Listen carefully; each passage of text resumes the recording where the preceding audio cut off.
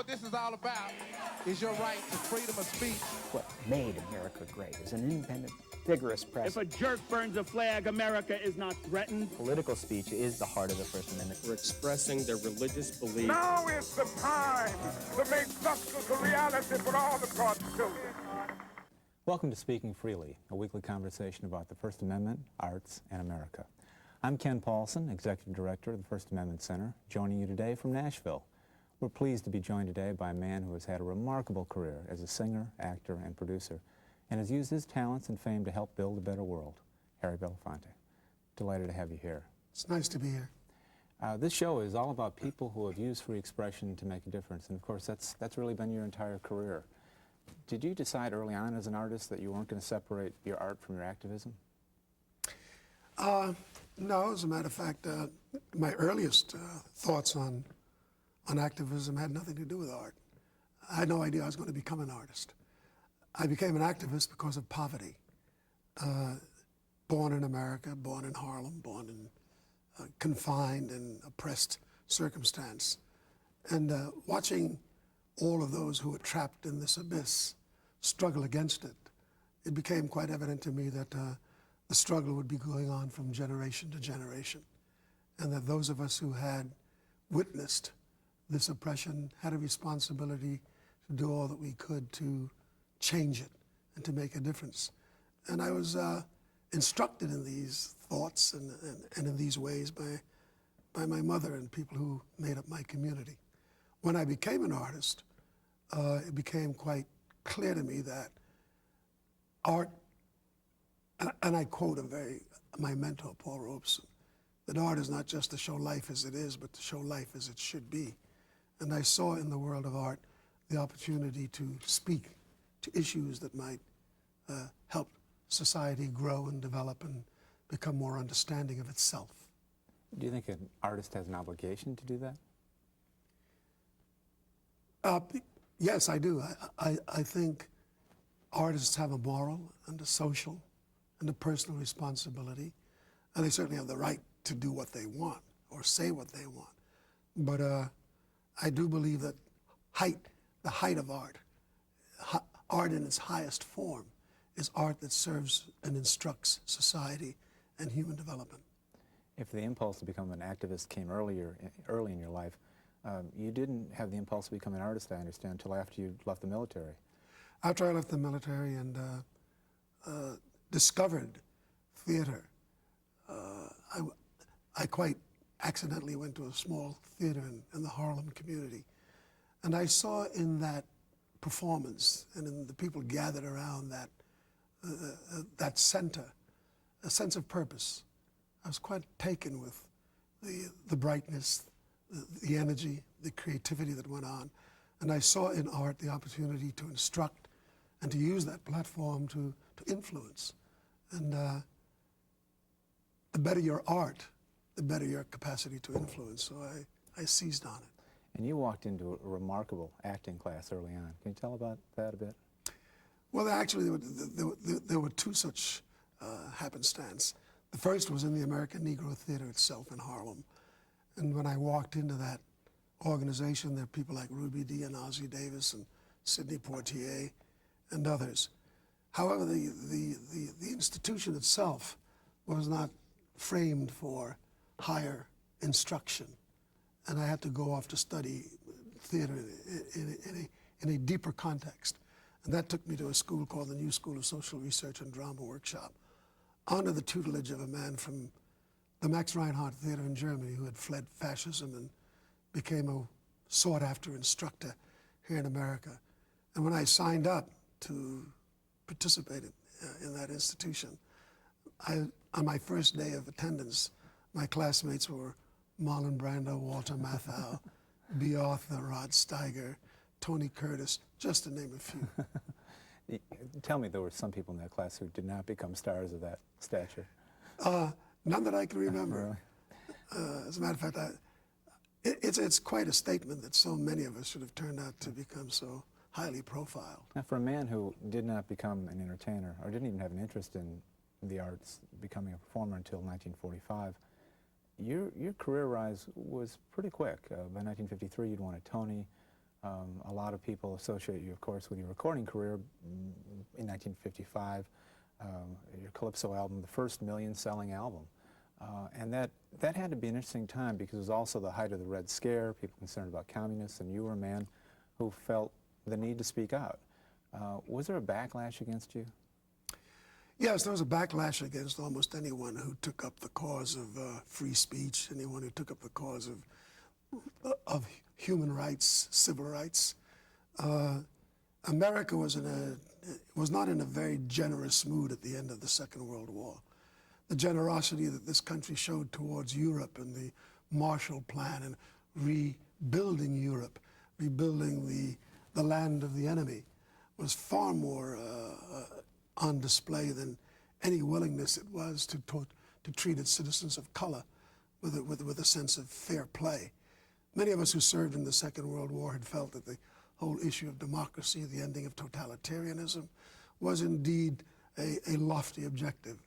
And in the success of that, the execution of that war, we came back to America with expectations that the segregated laws would be turned upside down, that America would be more embracing of the black soldiers who served in that war and served this country honorably. And America, as a matter of fact, was not in that mood. As a matter of fact, there was a strong resurgence of institutions of segregation and oppression and to put us back in our place, to rid us of any lofty ideas we may have had about democracy in America as opposed to democracy elsewhere in the world. And those of us who had come from the war just felt that the deal was unacceptable, that we would continue to organize and to protest and to do what we could to change the way America was doing business with its citizens of color. For that commitment, we paid the price of McCarthyism and people who said anything that we did was tantamount to serving the communist ideology and that we were unpatriotic and that we were serving the cause of the enemy. And we did valiant battle. It was a price that many paid supremely. Friends of mine went into bankruptcy. They were never permitted to work. Some committed suicide. It was a dismal time in American post-Second World War history. This whole environment created a dilemma for someone like Ed Sullivan, who had a popular television show, knew you to be a popular entertainer, and wanted you on the show, but was reluctant because he had concerns about the backlash himself. What did Ed Sullivan do in reaching out to you to perform on the show? Well, my first Broadway show called John Marianus's Almanac, I had won the Tony Award. And as was the custom, whoever won the Tony Award almost was mandated to appear on Ed Sullivan that following Sunday. And it was the centerpiece of his show to show the new Broadway show and who won the Tony. When my name was submitted as the person who had won it, it turned out my agent called and said that I was not able to do it because CBS had said that I was on this blacklist.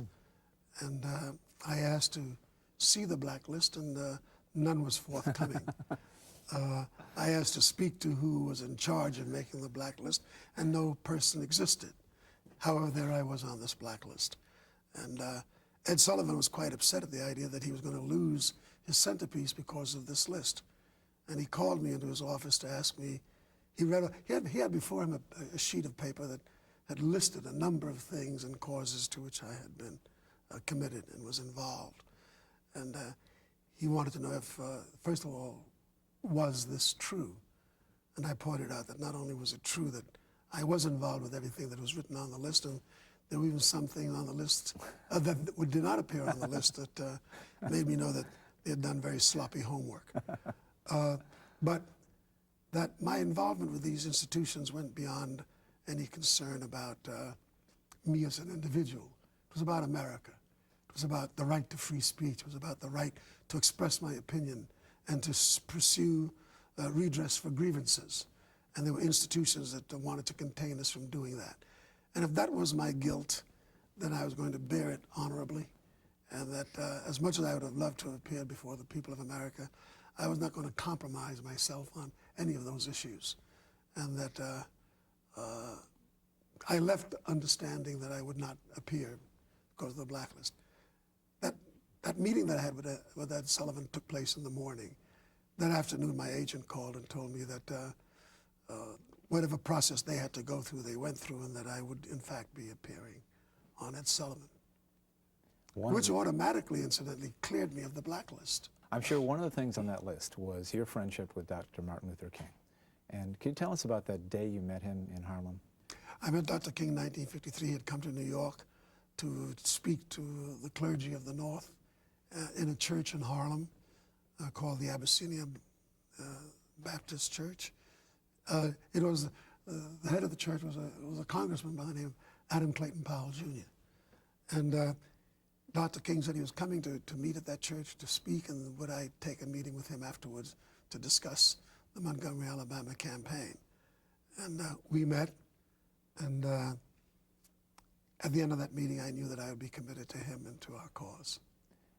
You've had a remarkable career, and you've made some remarkable friendships, and I was struck in reading about your life in the 50s that you found it difficult to find an apartment in New York City until a good friend stepped in. Can you talk about that? I had sought to find living quarters in New York City, and I tried to find living quarters in Midtown Manhattan. And as I found a place that I thought was appropriate for me and my family, I was told that black people were not welcomed as tenants.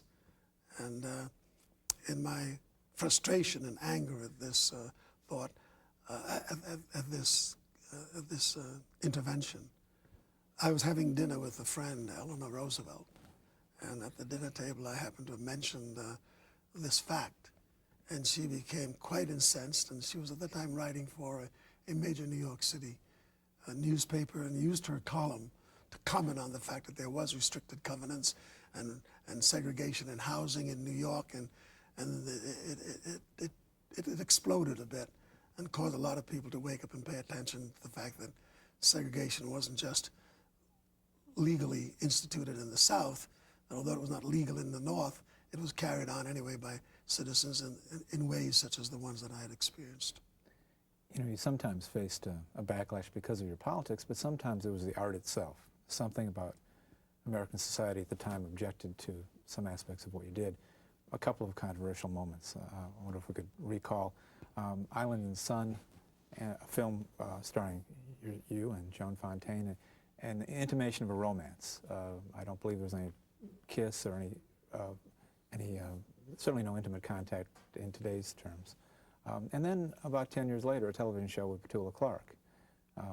Could you talk a little bit about how people responded to both of those? I mean, it's 10 years apart, a kind of a similar reaction, and yet between the two, you've got tremendous progress in civil rights and awareness. Mm-hmm. What occurred? In the script, Island and the Sun, there were 4 characters, Dorothy Dandridge and myself, who were 2 African Americans, and there was Joan Fontaine and a young actor by the name of Justin. Justin was white, Joan Fontaine was white, and the romantic interest in the film was between the 2 black characters and the 2 white characters. And in the script, it had been written that Joan Fontaine and I kissed, but before the film was made, that was taken out, not wanting to overtly confront sensibilities in this country, but the rest of the film stayed intact. Our love relationship was there by implication and by things that were said, although there was no touching and there was no overt love-making. When the film came out, many in the South were most disturbed by the idea that the miscegenation was treated as a friendly thing and as something that was going to be the way of the future. And the states in the South that had segregated laws and laws against miscegenation said that if the film came, they were not permitted to show. And then the Ku Klux Klan, which was also incensed by the content of the film, had decided that any theater that would show the film in the South would be violated, that would be bombed or burnt down. Much to his credit, Darryl F. Zanuck, who was the head of 20th Century Fox and who personally handpicked making this film, he had done Gentleman's Agreement some years before, which was hugely successful in America on the issue of anti-Semitism. And here was this film now dealing with the issues of race. And he said that not only would 20th Century Fox indemnify any theater and pay for any costs that would be caused as a result of the film showing in the South, but that he would also bring legal suit on a federal basis against freedom of speech being oppressed by these laws in the South. Well, the South really did not want at that time to have a fight in the federal courts on the issue of free speech, so they did not do anything to evoke the law once the film showed in the South. And the few theaters that chose to show the film had such a runaway success at the box office that other theaters picked up the theme, especially with Darryl F. Zanuck's promise to pay for any damage that would be done by the Klan. So that economically the film did very well and encouraged 20th Century Fox to seek even broader distribution for it. Some years later, this was even before the civil rights movement had become effectively demonstrated. After the civil rights movement had been effectively demonstrated in the 1970s, a young woman by the name of Petula Clark and I performed together on television. And it was a heralded show because Petula Clark was at the height of her fame. I was in the height of my ascendancy at the time. We loved the work that each other had done and enjoyed performing together. And at the end of this particular song that we sang together, at the end of it, because we had successfully achieved what was a rather difficult technical approach to accomplish, she reached over, delighted at the success of the fact that we had technically achieved our goals, and she put her hand on my hand. The account executive for the sponsor of the show saw the touch and said that he was violated by it. He did not want it to go forward, that it would upset Southern viewers, and that he wanted that shot struck he wanted it edited out. Petula Clark had the rights to her show, and they called her to tell her quietly what had happened, why they were having difficulty.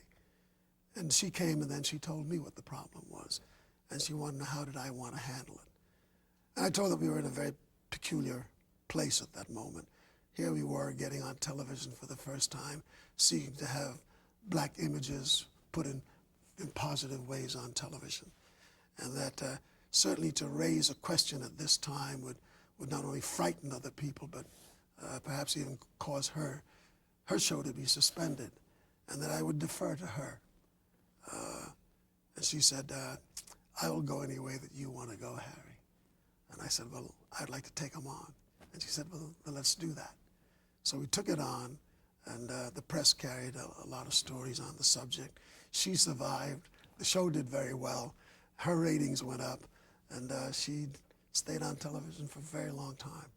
You know, it's easy to look back at the controversy over the film and say, 45 years ago, the television show 25 or more years ago, and say ancient history. How over that are we now as a nation?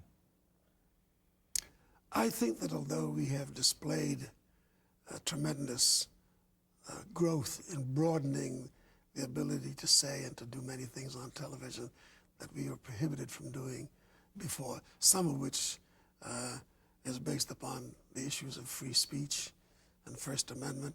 Others are just based upon issues of human decency. But both have the right to play themselves out. The great problem that I find in American popular culture, radio, television, and film, is that the truth about what exists in this country politically, the oppression that has been experienced by the black citizens of this country, have never really been accurately or honorably told. There have been attempts at telling it. There have been little fleeting moments of daring to tamper with the subject.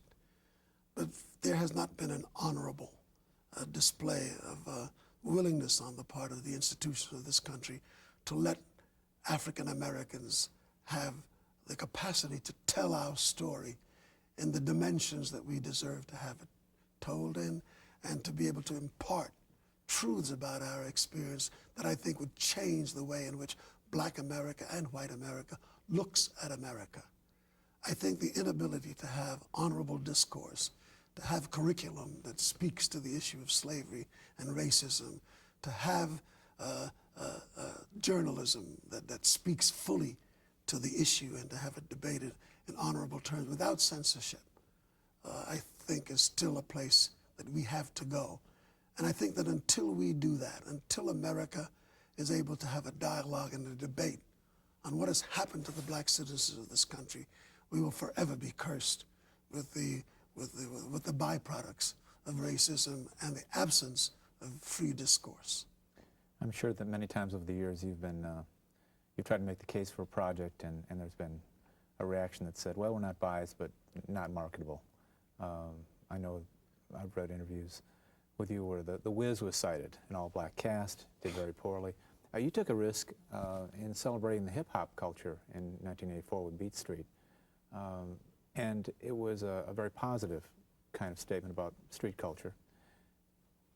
That's evolved in a different way today. And what is your perception of where hip-hop and particularly rap has gone since '84? In '84 and the preceding years, I saw in the hip-hop culture a remarkable phenomenon. In the South Bronx, in New York City, from whence this marvelous culture emerged, it was an attempt by the young people in that community to overcome violence, to change a code of life, try to find self-esteem and to find respect. And if one goes back into the earliest beginnings of this culture, you'll look at the poetry that came from these young creators as really remarkable utterances. It was filled with wisdom, political insight, filled with humor, filled with drama, and it said remarkably positive things about life, about the people who made up the underclass of America and certainly made up that community. And it's embraced by other people was really quite remarkable. It wasn't until the profiteers came into being and seized on this culture that it began to take negative dimensions. And then the negative dimensions became almost the frontis image of that culture. I think there are many in the hip-hop culture today who will tell you that it's more dimensional than people have heard, and that there are many within that culture who are seeking to bring these other dimensions into play. All those years where you must have felt like you were running uphill, pushing uphill, are there moments where you said, that's an area of particular satisfaction where we made a difference? I think everything that I've done has made a difference. There's just no question in my mind about it. I would be somewhat reluctant to define the extent of that difference, but there's no question that if I've impacted on one heart, one mind, one soul, and brought to that individual a greater truth than that individual came into a relationship with me having, then I would say that I've been successful. A mentor of mine, Paul Robeson, once said, Harry, get them to sing your song and they will want to know who you are. And once people want to know who you are, then you have an opportunity to bring them truths and ideas and thoughts that they may never have embraced before. I believe very much in America. I believe very much in our Constitution. I believe very much in the remarkable design that was created by these men of enormous wisdom who put it together. It is the fulfillment of the mandates and that which have been handed to us, and it is the pursuit of finding democracy expressing itself at its highest that has always been central to my existence and to my thoughts and feelings. Is there much that is flawed about some aspects of? Are there things that are flawed about aspects of our democracy? No question about it. But democracy is going to always be flawed as long as there are human beings involved in the process. It is seeking the highest in the human spirit. It's seeking the best in our moral code, in our ethics, in who and what we are as beings, that I think is the constant pursuit. And democracy that is not attended to is democracy that will be lost. So I think that as long as the word democracy exists and people want it, it's going to have to consistently be attended to, because there will always be those who would seek to deny it or to diminish it or to destroy it. And we just have to be very vigilant. Anti-democracy is an antibody, is a virus that exists, and pro-democracy is the antibody to that virus. And I think we have to become vigilant, and we have to stay on top of the issues of democracy and freedom. Very well said. Thank you for joining us, and thank you above all for your work. Thank you very much. It's been a pleasure and privilege to visit with Harry Belafonte. I'm Ken Paulson, back next week with another conversation about the First Amendment, the arts, and America. Hope you can join us then for Speaking Freely.